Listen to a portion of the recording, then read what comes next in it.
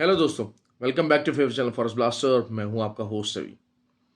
अगर आप किसी ऐसे चैनल की तलाश में हैं जो कि ना सिर्फ आपको एक फ्री व्हाट्सएप ग्रुप प्रोवाइड करे जहां पर आपको ना सिर्फ फ्री सिग्नल्स मिल सकें बल्कि आपको सीखने का मौका मिले, मार्केट को समझने का मौका मिले, you work in the community और एक ऐसी कम्युनिटी मिले जहां पर आपको बहुत सारी चीज़ें जिसके अंदर फंडामेंटल्स, टेक्निकल्स और तमाम आस्पेक्ट्स जो हैं वो रिस्क मैनेजमेंट उसके मतलब बात हो और आपके क्वेश्चंस को आंसर जा सके, तो you are at the right place. और फॉरेस्ट ब्लास्टर्स एकेडमी की फैसिलिटी मौजूद है। फॉरेस्ट ब्लास्टर का फ्री व्हाट्सएप ग्रुप है। Free WhatsApp group it's totally free, हर कोई ज्वाइन कर सकता है। उसको ज्वाइन करने के लिए आपको करना क्या है, सिर्फ आपको ऑक्टाफेक्स और एक्सनेक्स में हमारे आईबी लिंक के साथ नीचे अकाउंट बनाना है। नीचे लिंक डिस्क्रिप्शन में दिया हुआ है, मेरा व्हाट्सएप नंबर भी नीचे दिया हुआ है डिस्क्रिप्शन के अंदर। और अगर आप ऑलरेडी ऑक्टाफेक्स और एक्सनेक्स पर ही काम कर रहे हैं तो फिर आपको जो है वो उधर सिर्फ अपना आईबी चेंज करना है and you can be part of that beautiful community. और मैं हमेशा से जो है वो यही बात करता हूँ कि सीखना चाहिए। सीखने के लिए ही इसमें जो फॉरेक्स ब्लास्टर एकेडमी है, इट्स अ स्टेप। और renovation is going on, although के जो है थोड़ा सा ईद की छुट्टियों की वजह से वी हैव गॉट डिलेड, लेकिन ये कि कोई नहीं, eventually the things will get on to the running side.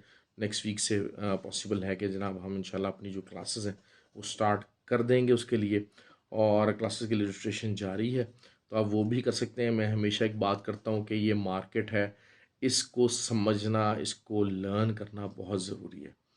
अच्छा, थोड़ी सी ये कि आपको अक्सर लोग जो हैं वो इस मार्केट के बारे में ये कभी नहीं बताते कि इसके अंदर रिस्क फैक्टर क्या है। यहाँ पर जितने भी लोग बैठे हुए हैं या वीडियोस बनाते हैं या फिर ये कि इस काम से रिलेटेड है, तो वो रिस्क फैक्टर को कभी डिस्कस नहीं करते कि इसमें रिस्क क्या क्या है। क्योंकि हर बंदा, obviously it's a very very high beneficial field, इसमें कोई शक नहीं है। क्योंकि इसकी क्वालिटी क्या है, इसकी क्वालिटी क्या है, मॉडर्न जो बिज़नेस का जो स्ट्रक्चर है उसमें इसकी जो क्वालिटी है that is the cash flow. क्योंकि इसमें कैश फ्लो जो है आपका बिल्कुल डायरेक्ट है। The once you are getting the income, it is in the form of cash flow. तो दैट इज़ वाई इस बिज़नेस को जो है बहुत ज़्यादा यूनिक बना दिया जाता है। और पर्टिकुलरली जो इंट्रा डे की जो ट्रेड है वो बहुत लुक्रेटिव है, लेकिन उसके साथ जो रिस्क अटैच है। अच्छा, हमारे सामने अगर आप माजी में थोड़ा सा ये कि इसमें मिसलीडिंग यही होता है कि एक तो चीज़ ये है कि इसके साथ जो अटैच रिस्क है, या माजी के जितने भी कामयाब ट्रेडर्स हैं, इवन के हाल के भी जो कामयाब ट्रेडर्स हैं, उनके जो लूजिंग स्टोरीज हैं उसके बारे में नहीं बताया जाता। और हमेशा उनकी सक्सेस को डिस्कस किया जाता है द मोमेंट कि वो कितना कितना लूज़ करके तो फिर इस जगह पर एज अ कामयाब जो है वो एंटरप्रेन्योर या एज अ कामयाब ट्रेडर वो बैठे हुए हैं। वो चीज़ मार्केट को, अवाम में उस चीज़ को डिस्कस नहीं किया जाता कि कितनी कितनी दफ़ा दे गॉट बैंकक्रप्ट, कितनी कितनी दफ़ा they got raked into the news. इस चीज़ को डिस्कस नहीं किया जाता, बस लोगों को एक साइड दिखाई जाती है। और वो भी साइड ये होती है कि जनाब जो है ना वो चीने मीने ग्रुप होते हैं, 20-30 पिप्स का टीपी होता है और 100% प्रॉफिट और 100% सक्सेस रेट और ये और वो। जबकि ऐसा कुछ नहीं है इस मार्केट के अंदर। मैं बार बार आप लोगों को रियलिटी चेक देने की कोशिश करता हूँ कि भाई ऐसा कुछ नहीं है। यहाँ पर मार्केट में आप इमेजिन कीजिएगा the things I have even faced, कि ऐसा टाइम था कि बंदा ट्रेड लगाने से हाथ कांपते थे कि यार अच्छा ट्रेड लगाएंगे फिर नुकसान ना हो जाए। तो I have face those times. और कोई भी कामयाब ट्रेडर होगा इस फेज़ को गुजारे बगैर, मतलब इस फील्ड से नफ़रत हो जाती है एक टाइम के ऊपर, इतना लॉस हो जाता है और कामयाबी मिल के नहीं देती। लेकिन कामयाब लोग कौन होते हैं? जो उस टाइम को गुजार जाते हैं और अपनी गलतियों को ठीक करते हैं। और गलती सबसे पहली क्या है? अपने आप को लर्न ना करना और अपने एटीट्यूड को मोल्ड ना करना। यार ये बातें हो गई। मंडे का दिन मैं बताता हूँ। मंडे का बेसिकली लेबर डे है और यूरो जोन में और यूके में छुट्टी है, तो वहाँ पर मार्केट्स बंद रहेंगी। यूएस के अंदर जो है वो मार्केट जो है वो पार्शियली, क्योंकि मार्केट ओपन होंगी सारी, तो वॉलेटिलिटी कम रहेगी। So it's a big opportunity, it's a great opportunity. अच्छा, बेसिकली फंडामेंटल नंबर क्या है, फंडामेंटल्स क्या है? आईएसएम नंबर्स एक्सपेक्टेड है। अच्छा, क्योंकि पूरा इस टाइम के ऊपर जो है वो रिसेशन का और इन्फ्लेशन का इशू इस टाइम पे टॉप प्रायोरिटी है। और रिसेशन को मुहैया करने के लिए जो सबसे बेस्ट टूल है, दैट इज़ ISM नंबर, कि whether the economy is going under recession, और या फिर इकॉनमी पे रिसेशन के ख़तरात मंडला रहे हैं कि नहीं मंडला रहे। तो ISM नंबर्स जो है वो उसमें बेस्ट टूल है। फंडामेंटल्स के मतलब मैं काफ़ी आपको बात करता हूँ। और तो ISM नंबर्स मौजूद है, चाहे सर्विसेज हो चाहे मैन्युफैक्चरिंग हो। तो आइडियली तो यही है कि अगर 50 से कम नंबर है तो इट इज़ बेयरिश। अब उसमें कंसेंसस क्या है, पिछली दफ़ा का क्या है, इट डजेंट मैटर। हाँ, अगर 50 से कम है तो इसका मतलब यह है कि इकॉनमी इज़ स्लोइंग डाउन। तो जो एक हमारा नंबर है उसका जो एक्सपेक्टेड है वो 46.3 है, और एक जो 50 से अबव है। तो अगर ये दोनों 50 से अबव आ गए तो फिर जो है वो gold can seriously go down.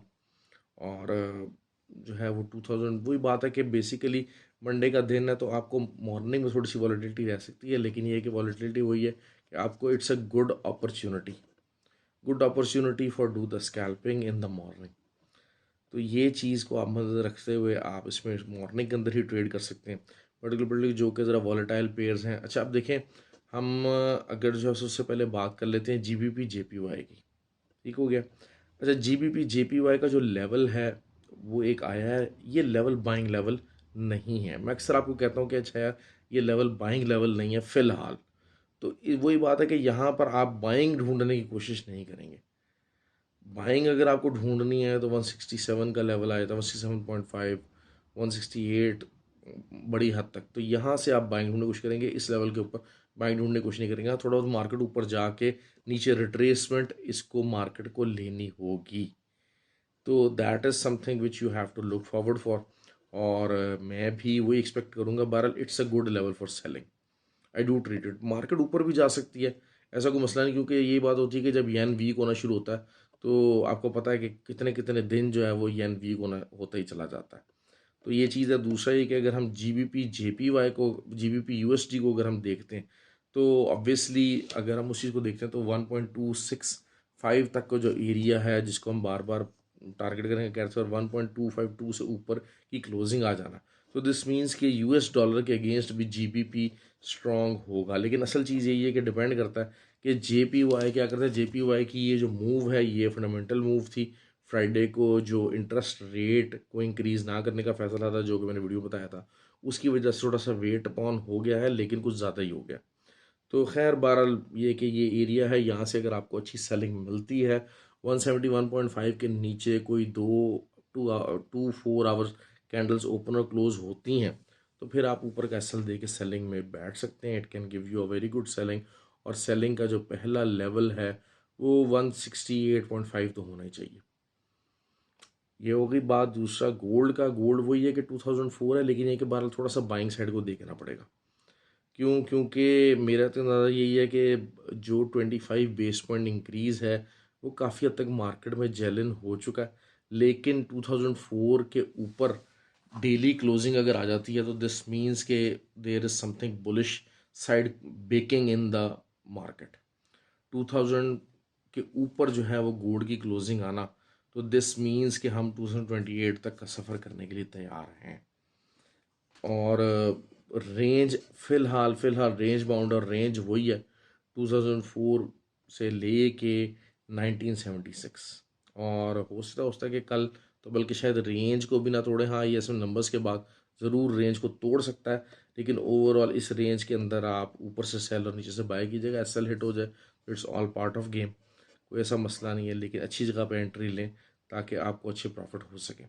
अच्छा जी, बाकी ये है कि जैसे कल लो वॉलेटिलिटी डे रहने की उम्मीद है, तो इसमें मैं हमेशा बात करता हूँ कि ऑयल और नैस्डैक के ऊपर ट्रेड कीजिएगा। नैस्डैक काफ़ी बुलिश क्लोज हुआ है। अच्छा, नैस्डैक को अगर आप मंथली ऊपर देखते हैं तो एक हैमर तो क्लोज हुआ है, लेकिन हैमर का जो, अगर तो आप लास्ट मंथली कैंडल की अगर हम बात करते हैं तो अगर तो उसका जो विक है मोर देन 50% होता है लास्ट मंथ की जो कैंडल का, तब तो उसकी स्ट्रेंथ ज़्यादा होनी थी। अब मसला ये है कि इसकी स्ट्रेंथ काफ़ी कम है। तो there is a high possibility कि शायद ये 13,570 तक जाके और लोगों के एसल्स खा के तो फिर शायद ये नीचे आने की ट्राई करे। लेकिन ये कि बार मंथली कैंडल जो एक बना है, it still is a bearish sign monthly के ऊपर नैस्डैक, ऑल्दो कि डेली के ऊपर और चीज़ के ऊपर जो अगर हम 20 moving average, 50 moving average, 100 moving average को देखते हैं तो इट इज़ बुलिश। लेकिन जो एक रिवर्सल कैंडल बनी है, अनकन्वेंशनल बनी है, तो इट माइट प्ले, लेकिन ये कि अगर आपको ऊपर से ही सेलिंग मिलती है तो आप इसको लाजमी लीजिएगा। और वही चीज़ है कि बेसिकली जैसे कहते हैं कि लास्ट पुश है कि हाँ जनाब, जो है ना, लोगों को बाइंग में बिठा के तो फिर मार्केट को नीचे लाया जाए सेलिंग की तरफ, क्योंकि वही चीज़ है कि अगर ISM नंबर्स जो है वो कम आ जाते हैं और रिसेशन बेस्ड आते हैं तो फिर जो है वो कल इसके ऊपर नैस्डैक के ऊपर अच्छा खासा इम्पैक्ट आना चाहिए। ये हो गई बात। दूसरा फिर हम जो है वो बात कर लेते हैं जी ऑयल की। ऑयल का वही है 77.70 से जो है वो सेलिंग एरिया स्टार्ट होगा और नीचे मार्केट 72.5 तक दिखा सकती है। लॉन्गर ट्रेड बता रहा हूँ, लेकिन ओवरऑल जो उसका जो पहला TP होना चाहिए वो दोबारा से 73.8 या 73.90, ये इसका होना चाहिए। 73.80 की मैंने बार बार आपको कही थी कि हाँ it's a good strong support, और उससे ऊपर मार्केट क्लोज हुई है तो this something give a good opportunity कि आप ऊपर से इसको दोबारा सेलिंग कीजिए, और नीचे से अगर आपको मौका मिलता है तो आप बाय ज़रूर कीजिएगा। क्योंकि वही बात होती है कि रीटेस्ट के ऊपर जो बाय होती है ना, और अगर वो W पैटर्न बना के निकलती है वो 73.8 73.90 के हिसाब से, और बिल्कुल conventional line to line W नहीं होता, तो फिर आपको लाजमी जो है ना वो अच्छी किस्म की जो है ना तगड़ी बाय दे सकती है। लेकिन ओवरऑल वही चीज़ है कि अगर तो हम देखते हैं कि जो है वो सेलिंग प्रेशर ज़्यादा है और इकॉनमी स्लो डाउन की तरफ जा रही है, तो फिर it's something very very difficult actually. और ऑयल का बहरहाल मैं इसी पॉइंट से देख रहा हूँ कि आपको अगर ऊपर से मिलता है तो आप उसको सेलिंग ज़रूर कीजिएगा, लेकिन एक दफ़ा दोबारा 73.80 का अगर रीटेस्ट होता है तो वहाँ से दोबारा आपको 200-250 पिप्स की बाय निकल सकती है। But right now we are heading towards our selling areas.